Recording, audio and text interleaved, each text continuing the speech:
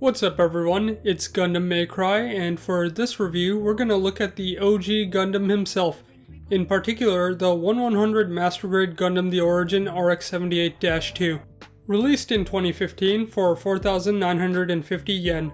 Now I want to open things up by saying that in a way this kit is pretty special to me because out of the many kits I've built ever since I got into the hobby, I have never built a Master Grade RX-78-2, and I felt like that was something that needed to be fixed ASAP. So what made me decide that my first MG Granddaddy Gundam should be the Origin version? Well, without giving too much away yet, I guess it was because between the MG 2.0 and the 3.0, this one felt like it was in a completely different ballpark from the latter two. Given that this is so far the only Origin Master Grade and is for the most part not based on any pre-existing Gunpla kit, this one came off as the most unique to me. So is this the right Master Grade Granddaddy Gundam for you? Let's find out. But first, let me take a moment to plug my Ko-Fi page. These reviews take a lot of time for me, so if you like what I do and want to support me further, consider dropping me a small tip. Link in the description. Thanks. Now on to the review. As always, with these structured reviews, I'll be examining the kit based on my 5 categories: build, aesthetics, presentation, accessories and extras, and articulation. At the end, I'll grade each area with a letter score from A through F, so in the meantime, you can have your chance to form your own opinion on the kit. With that said, let's dive straight into category 1. So here is just the mobile suit itself when it's all built up. If you're wondering where the unboxing section went, I decided to start splitting them up into separate videos to save on time, so check that out if you want to know more about the parts. I think what really surprised me about building this kit was how simple the construction was in many areas. The reason I'm not showing off the inner frame is because there really isn't a full inner frame, which explains why you never see it in any of the promotional material. Unlike the Master Grade 2.0 and 3.0, there's no core block for the chest. Instead, the torso is comprised of armor pieces that layer onto a few well-designed joints. In the beginning, it almost felt like I was building a big high grade, but I don't want that to come off at all like a knock against the kit. The MG Origin Gundam knows its priorities, and in exchange for a fancy, overly ambitious inner frame, you get a build that feels extremely sturdy when it's all put together. Something about building the arms did feel familiar though. The inner frame was more complex here and used a lot of ABS parts which are a bit more challenging to work with and are absent in every other area. That's when I realized they were carried over from the Gundam 2.0 inner frame, the same one present in the Gym 2.0. I guess that makes these two not so distant relatives. The internal parts for the legs on the other hand are pretty bare bones, but nonetheless have some cool mechanical features. Now here's where I offer some tips on a few potential trouble areas you might run into during the build. Right away when you start assembling the chest, you're gonna have these shoulder joints that slide onto these rods inside. However, I found the fit to be so tight that I couldn't push them on all the way, and I struggled to remove them as well. What I opted to do then was sand down the rods just until the joints fit flush, and now they're able to pop out beautifully. The hands can prove to be somewhat challenging, especially with all the instructions being in Japanese, but the thing to know when getting everything into position is that the wrist connection fits inside the palm like so. Aligning the fingers isn't difficult if you follow the instructions step by step. The real tricky part comes when you have to make a fist. I couldn't find a way to do this without the 2 outside fingers popping loose, so if that happens, don't panic. You can pop them back in, but having them out makes it easier to bend the lowermost joint. Best advice I can give here is to take it slow and bend the fingers 1 digit at a time. This part for the leg might look a little confusing, but you just need to turn it sideways to insert it, then vertically again. Simple. Probably the least enjoyable part about this build was having to clean up all the gray joint caps and the yellow V on the crotch. These parts all have one big square gate that'll definitely show if not cleaned up properly, and them being so small and fragile, having to repeat the process can be absolutely brutal. I think just this one aspect makes the kit harder to recommend to less experienced builders. Still, the payoff is great, so if you want to proceed in spite of that, be sure to at least have a good side cutter, some kind of sanding tool, and something like a tweezer to hold the parts in place without damaging them. All in all, I thought the build was incredibly fulfilling, and I'd definitely encourage pacing yourself, taking some time to put in a little extra effort. You won't regret it. Moving to the out-of-box aesthetics, the Master Grade Origin Gundam looks jaw-droppingly good, even without anything equipped. Something worth noting is that this is not the same RX-78-2 Amuro pilots in the OG anime. It's also not quite the same one that's gonna feature in the upcoming Doan's Island film, as that one has, I believe, the middle type shoulders not included in this kit. Don't test me on that, my Gundam knowledge is mostly limited to Gundam anime. Going back to 0079, while the series is most celebrated for its mature themes of war and ideological differences, it's hard to fault someone for seeing the original Grandpa Gundam as a product of its time, with its goofy, kid-friendly appearance. Well, gone is the rounded, springy look of old, and in its place are harder edges and a more powerful looking silhouette. This thing looks like a beast made of pure metal, and features the same industrial design language Origin suits are known for, with plenty of panel lines, tick marks, and various raised and recessed surfaces. One of my favorite aspects has to be the newer, boxier shoulders that have vents on the sides, really enhancing the mechanical aesthetic. As for colors, it's not much of a departure from the traditional Gundam color palette. You have the iconic use of primary reds, blues, and yellows. But to spice things up, we get a nice warm white that's neither too bright nor too dull, making it very easy on the eyes. It actually reminds me a little of the Kotoki Gundam illustration. The Origin Gundam still sports the retro charm of the classic, it's just now it resembles more a product of near-future robotics, with an emphasis on practicality as opposed to looking like a vintage children's toy. Of course, if there's just one area I don't like, it's the ankle armor. It's on a ball joint you can see from the front, and it looks like it's just floating from the back. Come on, even the high-grade Revive did that better. Speaking of which, for size comparisons, here it is next to the high-grade Granddaddy. A Master Grade Jim, which I initially thought was taller, but upon closer inspection, they're roughly the same size, they're just proportioned differently. One back-heavy boy, the Gyaradoga. And Dwayne "The Rock" Johnson. Alright, so the kit looks great, but now it's time to talk about the presentation, where we inspect the quality. We get a small sheet of reflective foil stickers, but only 4 of them are used on the mobile suit. The first 2 are separate ones for the eyes, but I thought the flat color separated eyes were already pretty cool, so I left them as is. You also get the option of a colorless clear part for the eyes in case you want to use an LED unit, which I unfortunately won't be able to show because 1, I don't have a yellow LED unit on me, and 2, switching out the eyes basically requires disassembling the entire head, so I think the idea was just to pick one option and stick with it. Then stickers 3 and 4 are for the front and rear head cameras, and you have the choice of putting them on top of the clear part, or behind it inside the head. I went with the latter because I thought that would look way better, but honestly I can barely tell it's in there. Though it doesn't look terrible, the red is really obscured by some of the molding on the plastic, so I think you might just want to actually paint the cameras yourself. While we're still on the head, let's get into general color apps because damn, there's a lot here. Not only are the vents parts separated, but you even get the yellow parts for the tiny head Vulcans, which is impressive. I also love it when Gundam kits have the 2 slits on the mouth fully carved out because that just adds so much depth. I'd go as far as to say you pretty much have as much going on with the head as this 1/35th scale Exceed head. On top of that, you have all the nice bits of the gray of the inner frame poking through the armor as well as the joint caps to break up all of the white. Now, if you've built the 3.0, there's a chance you maybe won't be as impressed with having so much surface detail only in a single color. But in terms of overall Master Grade standards, I think those details still go beyond expectations, so I have no issues. As far as color accuracy goes, the only missing applications are the green for the gray bits poking through the color section, and that's just a very minor thing. You could easily paint it or even cut out a piece of leftover foil sticker from another kit.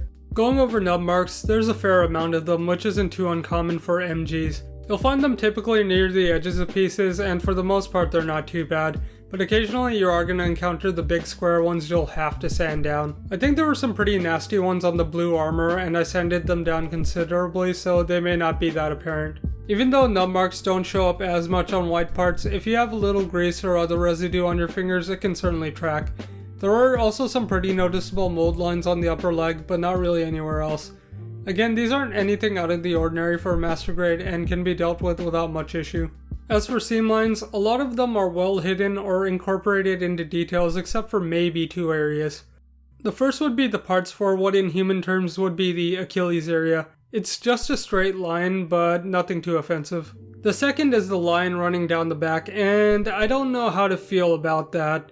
It doesn't really bother me, though for a kit that doesn't have much to show with its inner frame, that could have probably been done better. Overall, I think Bandai did an excellent job making the snap build of this kit look presentable, and there's only a couple of small areas that need to be buffed out.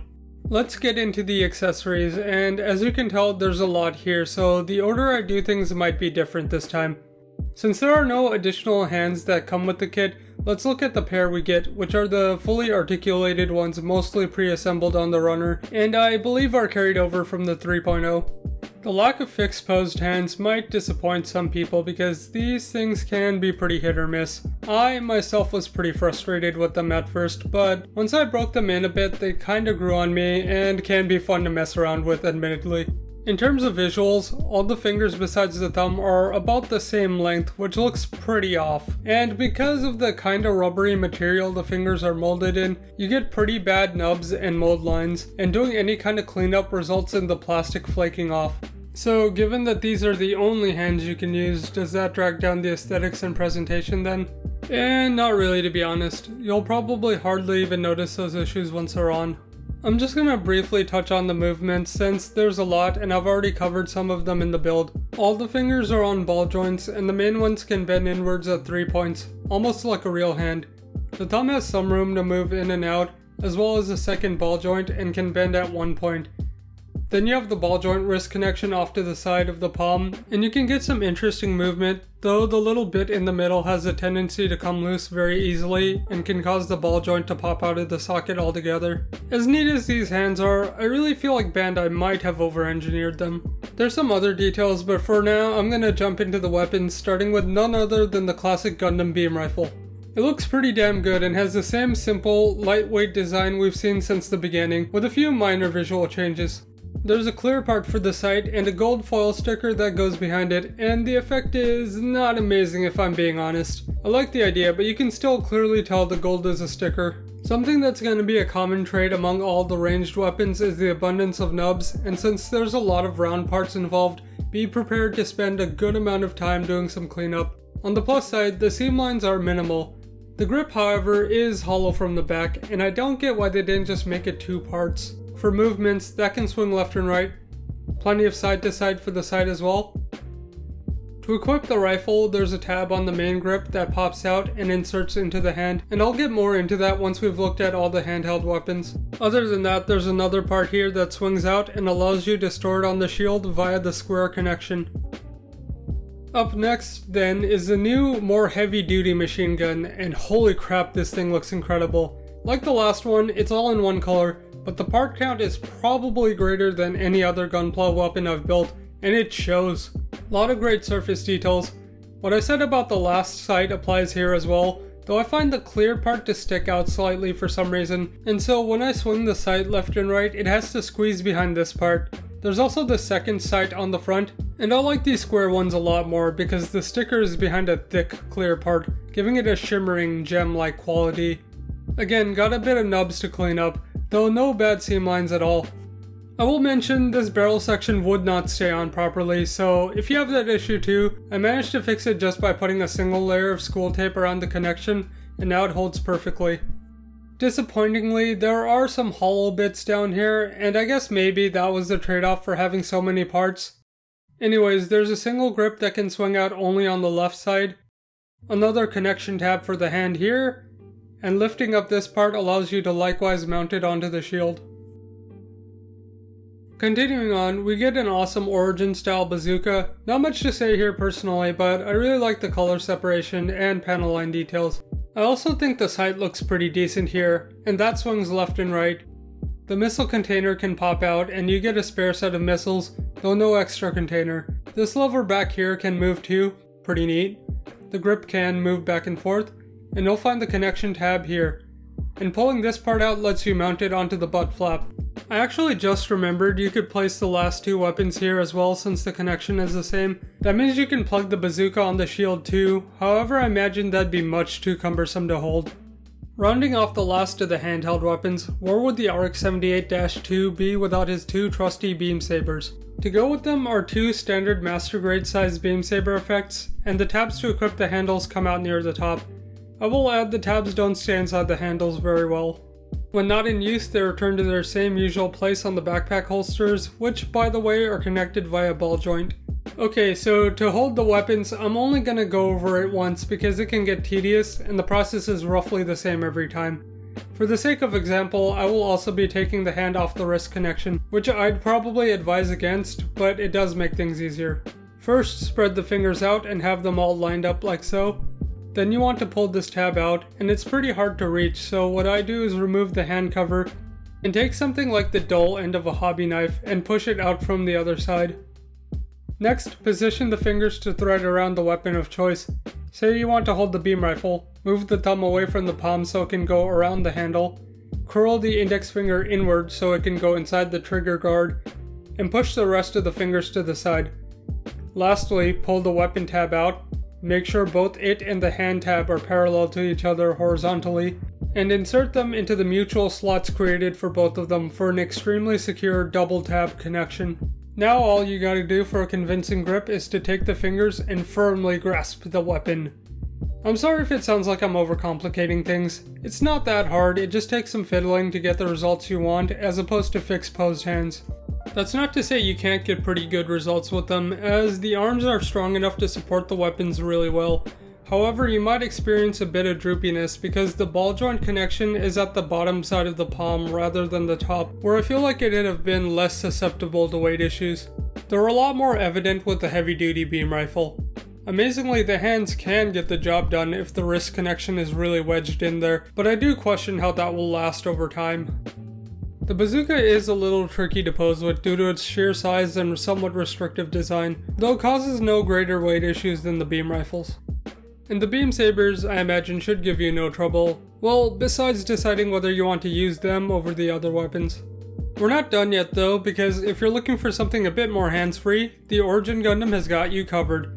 Aptly named Shoulder Cannon, or as I like to call it, Predator Cannon because it looks like the plasma caster. It's a long-range weapon that fires from over the shoulder. This uses the same ball joint connection as the beam saber holsters on the backpack and plugs into the left side, meaning you'll have to remove the left holster.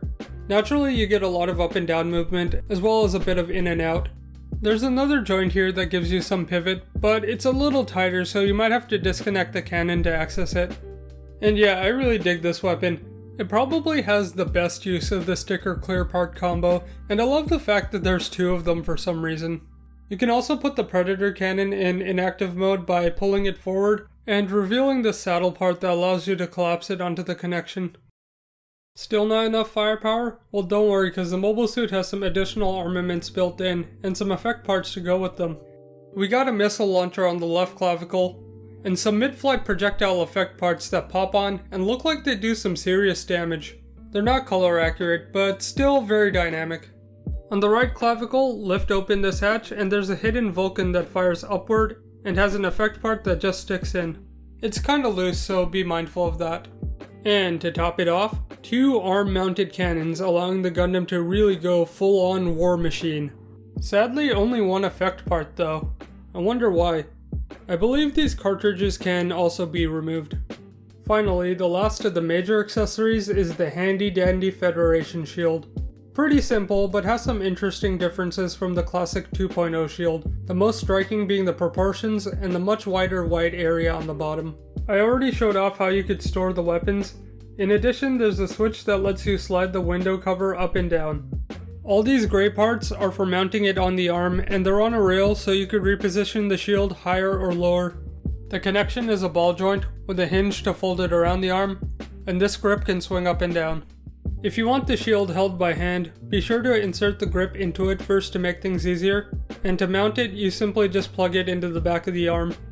One more thing that makes this version of the shield unique is that it can actually be held upside down. To do so, bring the mounting parts to the top of the rail and pull the shield out, then flip it upside down and reattach it. And now it has a much different feel going for it. I don't know, kinda like it doubles as a melee weapon used for ramming, which would be pretty dope. When not in use, you can store it on the back by flipping this part on the backpack, and plugging the connection piece in. Just for fun, I loaded up as many accessories as I could besides the effect parts to see how much heat you could pack at once, and it does look a bit like it's buckling under all that weight, but overall manages to hold its ground like a champ. For extras, you have the typical peel and stick decals. There's also a few alternate parts like the colorless clear eyes, another clavicle Vulcan just with the yellow cover instead of blue. Don't know why you would want that just ruins the element of surprise in my opinion. And a regular arm cover to replace the cannons with, though again you only get the one for some reason. Then you have your base adapter compatible with Action Base 1 and 5.2 I think. Last but not least, we have a standing pilot figure of our iconic curly-haired Canadian boy, Amuro Ray. Quickly running down the onboard gimmicks, just like every Master Grade, I think. You have your opening cockpit and a seated pilot figure inside the mobile suit, giving us another look at Amuro in action. Like I said before, there's no core block mechanic, and that might put off some classic anime fans, but I personally really like this more primitive take on early mobile suit engineering. It makes me think of those old World War I tanks. Got some cool hidden verniers on the legs. And while I won't be showing off the LEDs, you can easily use them by removing the backpack and sliding the entire head block out. You can then plug in a Bandai, or other non-affiliated, LED unit here should you have one. I think I've seen a few videos where others use them if you want to see what they look like, so do check them out. Por final, let's jump right into the articulation. The head and neck are on a really nice double ball joint, letting you achieve joystick motion, full rotation, really good up, and pretty decent down, with the collar section moving with it too. The forward ab crunch for the upper body is minimal, but the movement out to the back is impressive. And if you pull the top half of the waist up, you can get even more range as well as side to side. Look at that. The connection to the hips then is a straight peg, and that gives you full rotation. For the backpack, these verniers can move up and down on a hinge, and there's some slight side to side rotation too. These flaps are a single piece and can also move up and down at the same time. Going to the arms, the first thing I want to talk about are the internal shoulder joints, and I quite like these doors on the armor you can lift up to view them. The joints inside have lateral rotation, however what's strange is it seems to be blocked by the shoulder armor, meaning they can't even touch the doors so much as pass through them. That said, the aforementioned rods on the back allow you to swing the arms all the way out and access that rotation to get some cool, albeit very peculiar range of movement. Be very careful though, as these parts are delicate. There's another hinge here providing some pretty good in and out movement you can also only achieve when the joints are exposed. Now, one of the unfortunate consequences of having all these functions oriented to the back is what you can do from the front is going to be a lot more limited, and with how finicky the hands are, I just straight up gave up trying to pull off a good two-handed shooting pose.